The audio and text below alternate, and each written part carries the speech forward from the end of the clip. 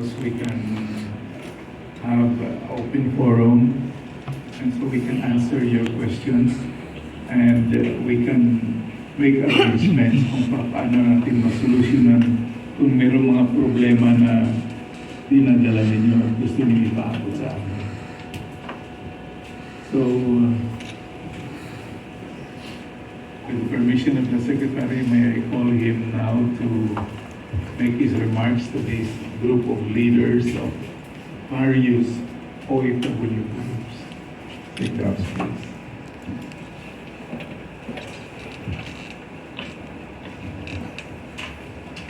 Good afternoon, everyone. The migrant workers, all the migrant workers, all the migrant workers. This is created for the migrant workers in this country. And this was created as a fulfillment of the promise of the President during the election. Because under the provisions of the law, particularly Section 8, Paragraph 8, it also provides that the Secretary shall perform the functions and the powers of all the agencies merged in this department, including, very specific in the law, including the powers and functions of the administrator of the Philippine Overseas Employment Administration. And that is the reason why, in my first meeting, and on my assumption of duty in this building, I had a meeting with Administrator Olalia, and we have discussed this legal question. And he agreed that I should be assured that his employment administration are now being exercised by me as the Secretary of the Department of Migrants Workers. Now, you have heard about the question again of the implementing rules and regulations. I would like to explain this because this is the critical, very critical instrument in crafting the staffing pattern, in crafting the 2023 budget of the department. There are two implementing rules and regulations that were published. The first one was the rules and regulations, implementing rules and regulations. The second implementing rules and regulations is the document that was approved by 6 members of the transition committee. Now, here is the situation. We have 2 implementing rules and regulations. The question now is that which of these implementing rules and regulations is valid? And this was discussed again before the President. It was pointed out to the President about the legality of these 2 implementing rules and regulations. The first one, the first rules and regulations, implementing rules and regulations that was approved was signed on April 4, 2020. It was signed that day. That was the last day within the time frame provided for by law to sign, to approve the implementing rules and regulations. Now, here is what happened. I was inviting the members of the transition committee. In every meeting, I adopted the schedule draft that they had prepared before my appointment. In the first meeting, only 2 of them attended. In the second meeting, all of them attended. In the third meeting and subsequently, after that, 4 of them, majority of them were not attended because, according to them, number 1, there was no clearance from Secretary Rosin or Under Secretary Abdullah. You see, there was no clearance from Secretary Billion or ILAB Forum or Integration Center and that of the National Polytechnic Institute. So they did not attend the meeting.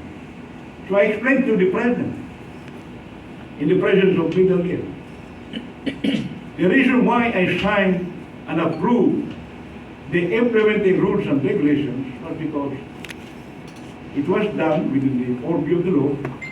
I had given them the chance to participate, to submit their inputs, to submit their amendments, and to submit whatever suggestions that they have before the passage of the implementing rules and regulations.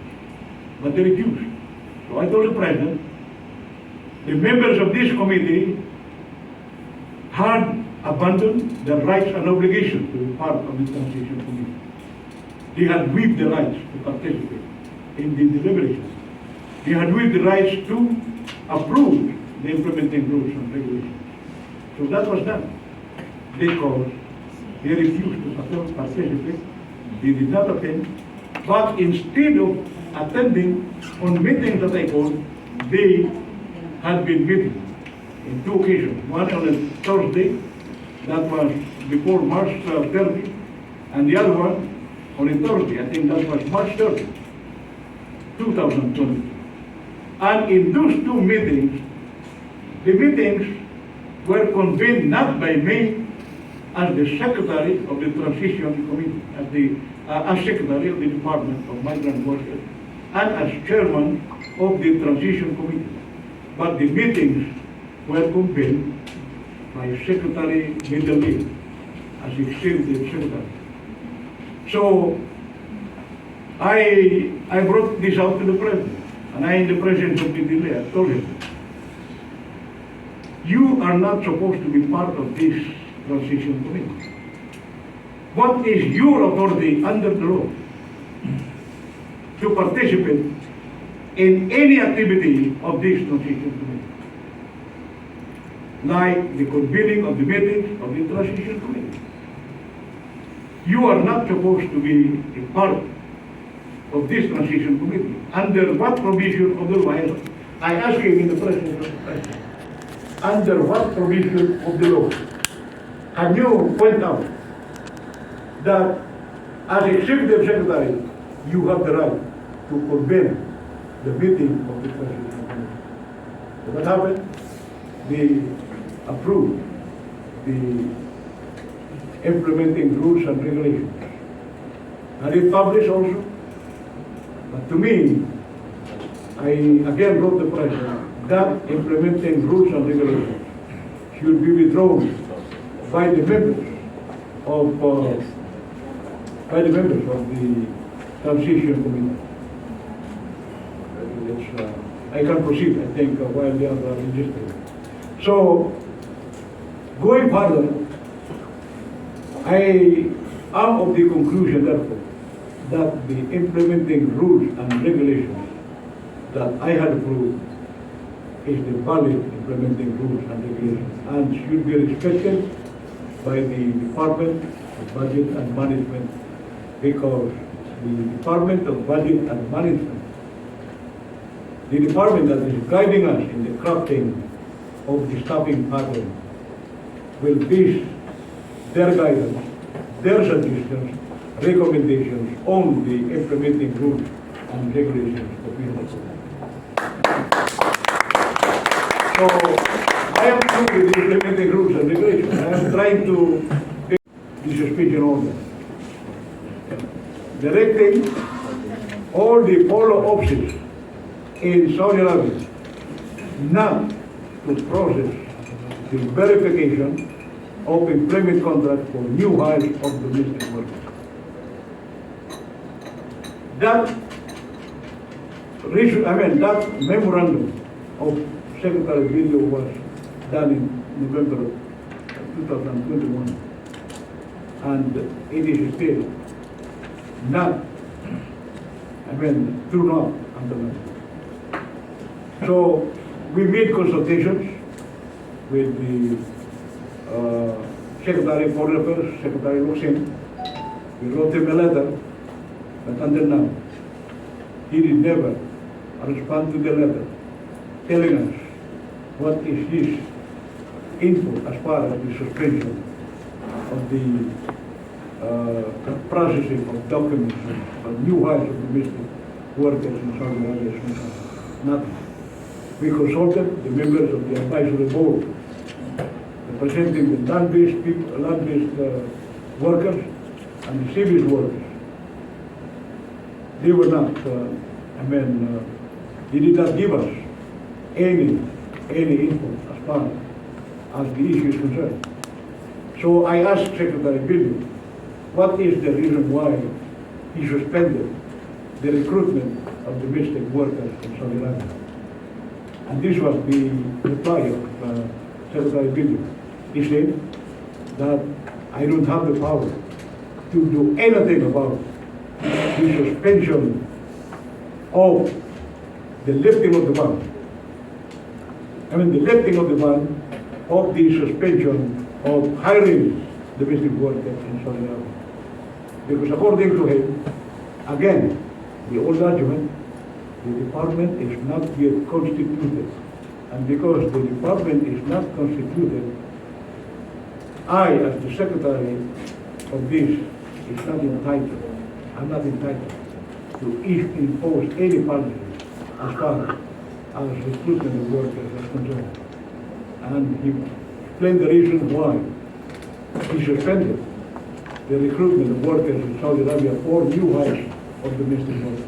Number one reason, according to him, there was this problem of one Saudi general and other employers who were allowed to recruit domestic workers despite the fact that they were blacklisted by our government. That's one reason. Second reason, labor litigation against private companies in Saudi Arabia will be paid in, I was not able to get exactly the wording, but that will be paid and arranged by the Saudi government. Now, we have to review the reasonableness, the validity of the reasons of Secretary Abdullah. And we found out that the problem on the Saudi general had already been solved. But insofar as the payment of the claims of the workers is concerned, I was involved in the litigation of the claim. In 2016, I was the head of the Philippine delegation sent to Saudi Arabia to solve the repatriation of 11,000 stranded Philippine workers in Saudi Arabia. Now, at the time, I was accompanied in that delegation by 15 lawyers of the Public Assistance Office, headed by Tracy Acosta. Now, we filed the labor complaints of the 11,000 in 2016. Finally, we were in the labor litigations, but unfortunately, the claims could not be paid now because the companies involved, like the Bin Laden construction company, the Saudi organ had filed for bankruptcy. And that petition for bankruptcy were approved by the Saudi court.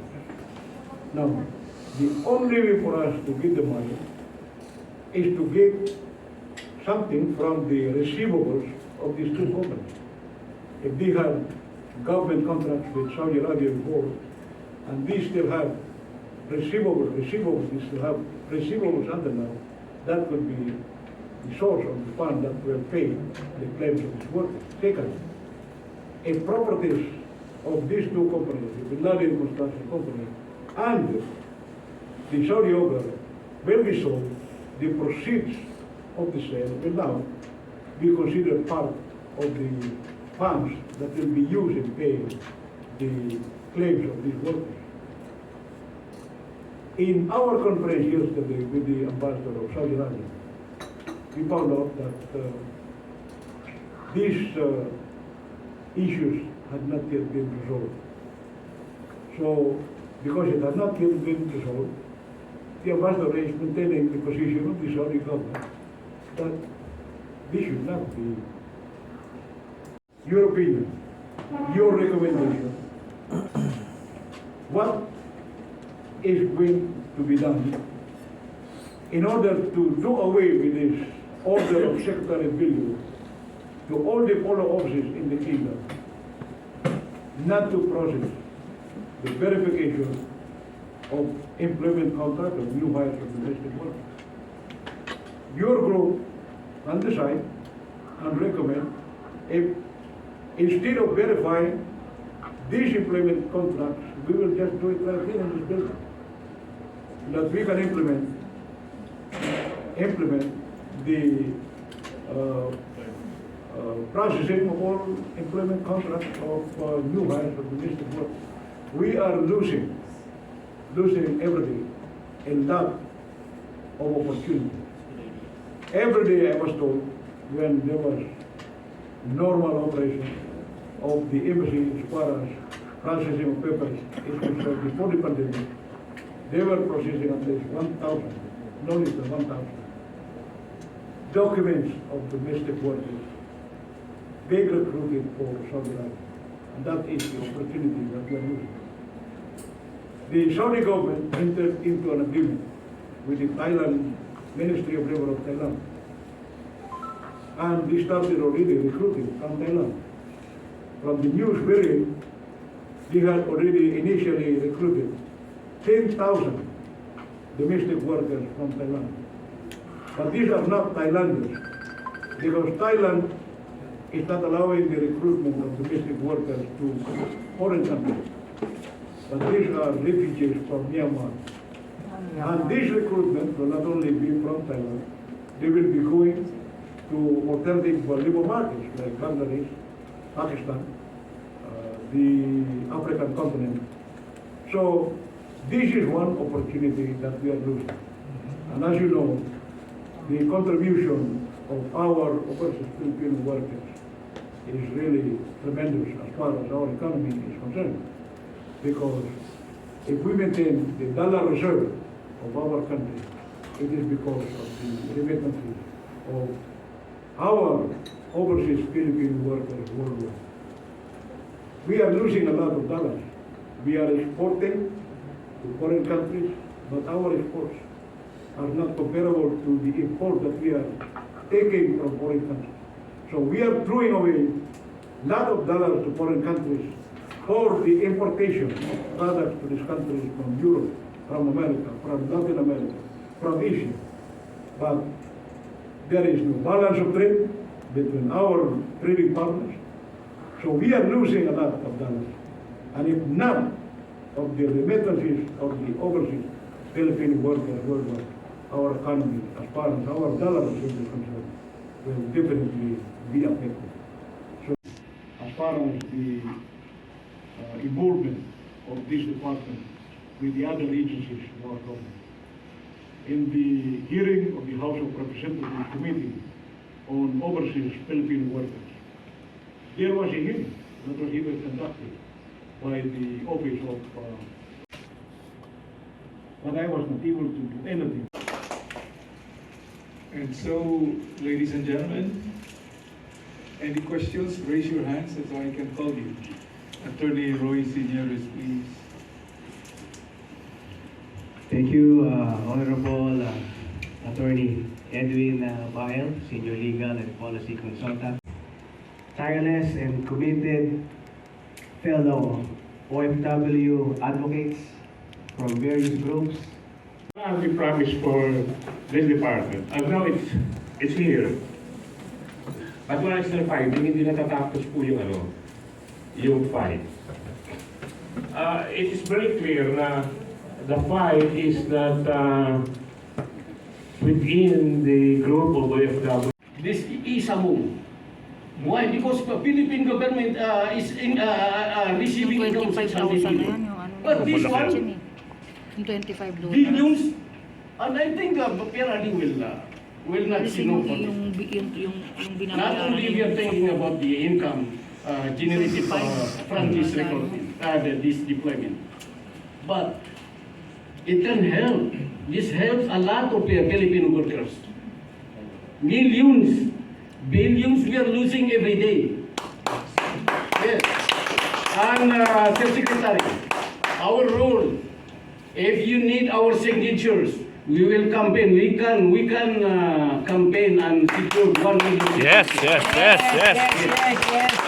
I would like to tell you that I am also the national president of the Bangsamoro communities outside the autonomous region in Muslim Mindanao, with active members of 1.5 million all over the country.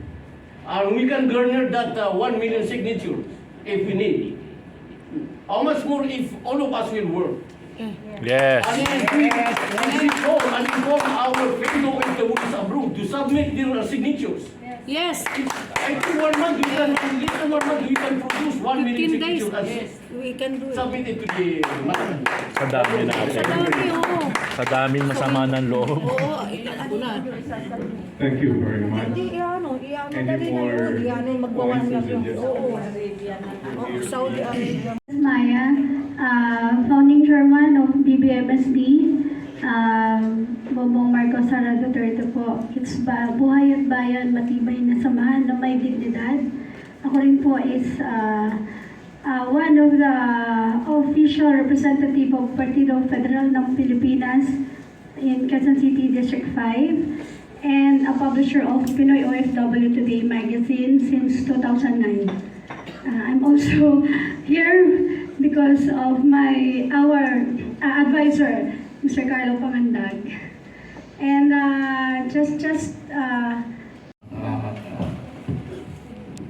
ako'y nagpapasalamat kay Star na tumanggap sa grupo ng OVA para mapaloob dito sa group sa ating Unified Migrant Workers and ang ating president ng Unified si Madi. Okay. I'm Pete Orjales in behalf of the OFW Veterans Association. Siguro may narinig nyo na yan. Isa sa pinakamalaking asosasyon dito sa Pilipinas, headed by the chairman, board of directors, si Eli Mua, and our president, Hana Mosaed. All of them are in Saudi right now. So I'm the NCR chairman, at the same time designated as the national coordinator. Kaya narito po ang malaking grupo namin. Meron po taga Mimaropa, si Bogs, at malaking grupo ng NCR. Siguro mahirap isa-isahin kung pwede tumayo tayo para ma-recognize ang mga OVA na narito. Sandali. The OVA groups. Ayan. Values from NCR, ang Cavite, Mimaropa, at yung iba hindi po nakarating. Kami po ay isa sa maraming grupo na nagpasimula ng pag-rally dito sa Senate para i-push ang pag-create ng Department of OFW. Luckily, aprubahan naman in the name of Department of Migrants Workers. That's the first step that we made. It was started on November 25, 2021.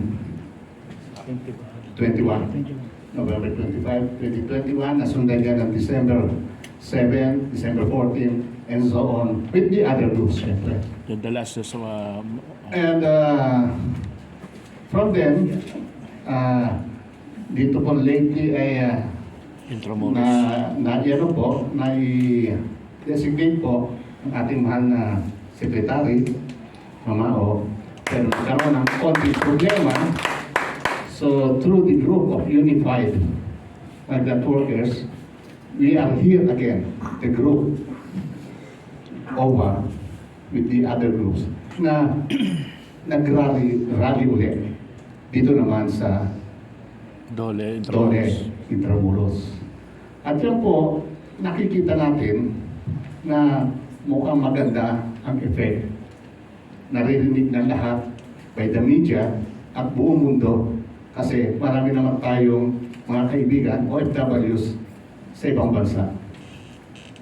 At tuloy-tuloy namin na gagawin hanggang maintindihan ng lahat ng talagang dapat na kilalanin na secretary ay ang ating mahal na secretary. Siyempre, through the approval of the our group, Unified Migrant Workers. No?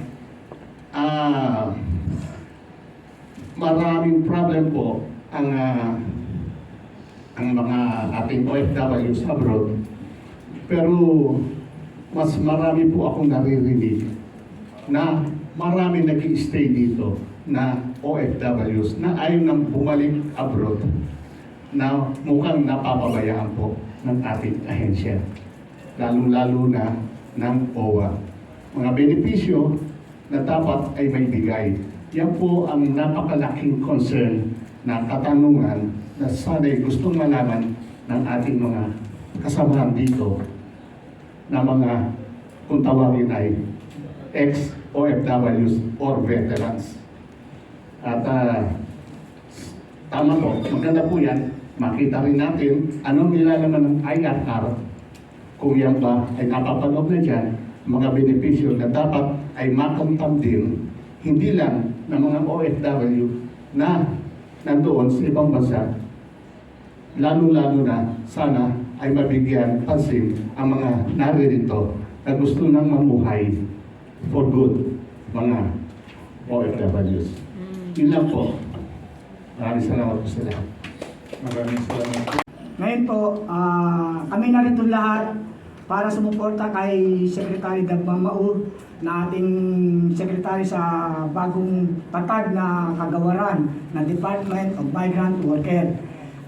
Kami po, sa katunayan po, nung malaman po namin ang usapin tungkol sa ban na hindi po inilip ni Mr. Bello ng Dole, kami po ay nalungkot dahil marami na po talaga tayong mga kababayan na processing na para lumabas ng bansa. Subalit dahil nga po sa pag-antala ng ating Dole Secretary na nakakapagtaka bakit kailangan niyang hindi ilip ang ban. Ang dami na pong napiperwisyo nito dahil kasalukuyan po tayong dumanas ng pandemic. At ito po ay nakaka-apekto sa ating ekonomiya. Nakaka-apekto rin po sa ating mga OFW at sa mga pamilya ng OFW. Kaya kami po ay isa sa mga gumawa ng pag-rally o public address sa harapan po ng Dole upang manawagan at pakiusap kay Dole Secretary Bello na ilip na yung ban. Ngayon, kung sinasabi niya na wala siyang karapatan o wala siyang authority, bakit pagdating sa bakit pagdating sa pagbaban, meron siyang karapatan? Bakit pagdating sa wala na siyang karapatan? Hindi niya po ba iniisip yung mapiperwisyo niya? Sa kasalukuyan, 10,000 na DH ang kinuha sa Thailand na supposed to be dapat sa ating mga Pilipino ibinigay oportunidad. Subalit dahil nga po sa interfering ni Mr. Bello na bagamat meron na pong order ang ating man of action na secretary na si Mr. Abdullah Mama-o na ilip na ang ban dahil nakakaperwisyo na. Kailangan na po natin kumilos at ngayon nga po at tayo nagpapasalamat, nagkaroon na tayo ngayon ng bagong halal na Pangulo at ang ating Pangulong Duterte naman bago siya umalis ay naaprubahan ang Department of Migrants Workers. At sa kasalukuyan ako rin nga rin po pala ay isang admin ng Bongbong Marcos Group. Kaya yung ating mga problema pwede rin natin mailapit sa bagong halal na Pangulo. Magtulungan po tayo, huwag na po tayo mag-away-away, huwag po tayo magkanya-kanya. Ito po ay usapin na ng bayan at mamamayan. Hindi na po ito usapin lang ng departamento natin, kundi ito usapin na po ng mga mamamayang Pilipino. Kaya nga po ako ay dumalo rin dito, nagpapasalamat kay Sir Abdul Sattar at kay Sir Madi na naimbitahan din ako para ipahayag ang ating bawat sentimento dahil tayo po ay nakapabilang isang diwa, isang Pilipino po tayo. Kaya ang grupong United Migrant Workers ay nakikiisa rin po at ang OBA ay nakikiisa rin po sa ating Secretary Abdullah Mama-o upang ituloy niya na ang kanyang mga mabuting layunin at mabuting gagawin sa ating departamento. Isa lamang po masasabi ko, ang Department of Migrants Workers ay para sa mga OFW. Hindi po ito para sa Dole. Ito po ay para sa OFW. Maraming salamat po. Sige, wala nang, dahil yun sa appointment system sir napaka-top si Turby. Sana yung appointment system sir, lakihan na talaga yung quota. Hindi yung appointment system na abot ka ng isang siyam. So ngayon uwi na sila, sabi nila, okay, pwede kang umuwi, pero dapat ang ticket mo meron na within a week. Sir, pila pa rin yun, sir. 10:30 ng gabi, may pumipila na. Grabe 7:00 na sila kalokohan ng polo, no? Ngayon, sabi nila, okay, appointment system na, tataasan lang yung quota. Pero ganun pa rin, sir, marami pa rin hindi makakuha ng appointment. So sana, sir, yung ano natin yung ating Sistema. natin, yung kontrata na para ma-verify nila kung OFW, pwede naman lang ipadala sa email Ano nyo na lang? Tapos bayaran na lang namin sa mga exchange. Kasi yung OWA membership, nababayaran siya sa 7-Eleven kung hindi ako nagkakamali, at saka sa Bayad Center. Yung OEC online Bakit yung verification contract, sir, pagpapahirap?